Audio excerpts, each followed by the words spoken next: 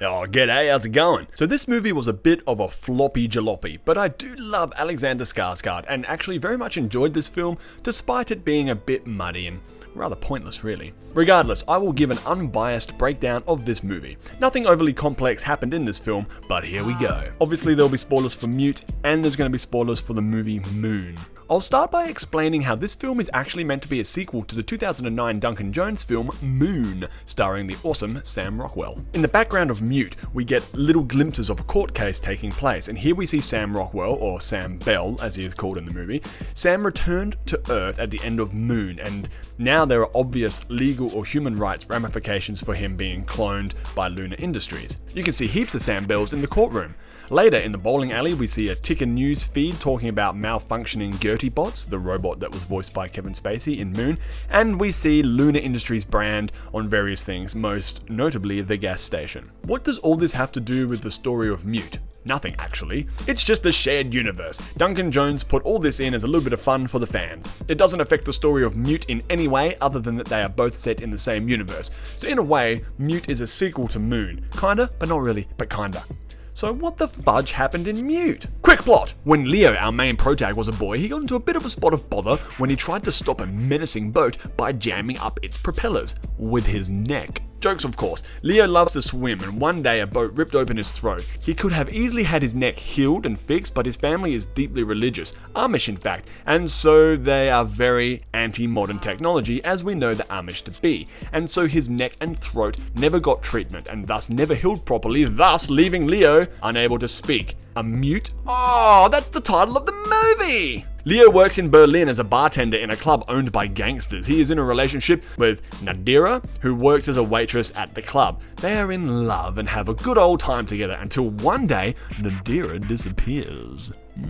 Leo puts on his detective hat and tries to track her down, following a bunch of clues, and a whole bunch of shit goes down, man. So I will get right to the point. Nadira had a child, Josie, with Paul Rudd's character, Cactus Bill. Bill is a US soldier gone AWOL. See, there is a whole Cold War thing happening in the background here as well, but it's not that important. What is important is that Bill is trying to get fake IDs, fake papers for him and his daughter so he can bail on Germany and go back home to America. Bill is doing illegal surgery for mobsters in order to achieve this goal. The very mobsters that own the club Nadira and Leo work at, but more on that in a bit. You see, Bill is a fucking lunatic and a very dangerous and violent man. He thought Nadira was trying to take his child away, well her child, which, you know, she was, so Bill drugged her and kidnapped her and suffocated her to death. What a dick. We don't find out this until much later in the film, and so the whole time we are following around Leo as he looks for clues, fumbles with technology, meets wacky characters, and beats up mobsters whilst trying to track down his lost love.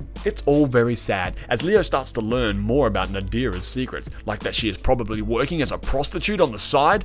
Turns out it wasn't her, but her peculiar friend. Phew. You see, Nadira is trying to save up as much money as she can, so she can get her and her child away from the filthy life she lives, and more importantly, away from the filthy Cactus Bill. This is why Bill killed her. Leo finds out about the child and finds out about Bill, and they have a brief confrontation, a bit of a chat, and Leo ends up ramming a giant knife right into his neck.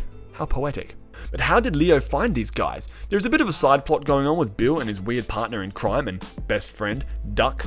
Duck is a surgeon and works legitimately at his clinic, but also moonlights as the gangster surgeon from time to time as well when Bill needs a hand. Oh yeah, it turns out he's a pedophile as well. Oh yuck!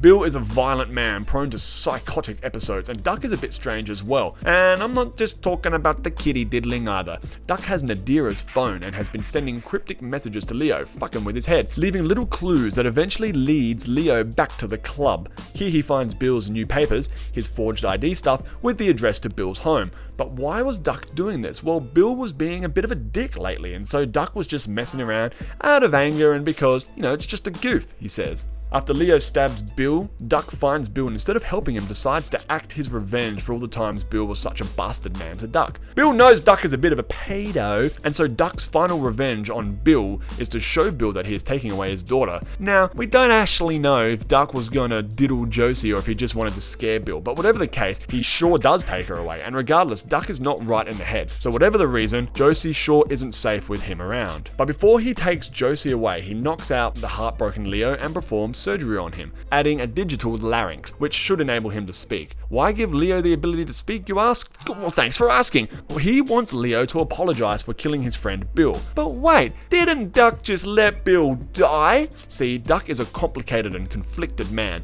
On the one hand, he hates Bill because he's such a dick to him and a bit of a bully, and he always has been a little bit of jealous of his house and daughter and success in a way, if you can call that success. But on the other hand, he loves Bill as they are good friends and they go way back. So although Bill had to die, Duck is still heartbroken as well. And being the disturbed freak that he is, he wants to dominate Leo, force him to apologize before he kills him. Perhaps this is some kind of redemption for Duck, I don't know. But Leo is a water lover and can hold his breath for a very long time, as we have seen numerous times throughout the film. So Leo drowns Duck and then takes off with Josie, where we assume he is taking her to Josie's grandmother's house. The gangsters are dead, the baddies are all dead, Nadira is sadly dead, but Leo got his vengeance and Josie is safe, so I guess that's the end. How do you guys feel about this movie? Want to see another one set in this weird mute moon universe? I could go another one, sure, why not? Thanks for watching. Hey, check out these other things I do. Podcasts, music, other videos, yeah! Or don't, just be happy.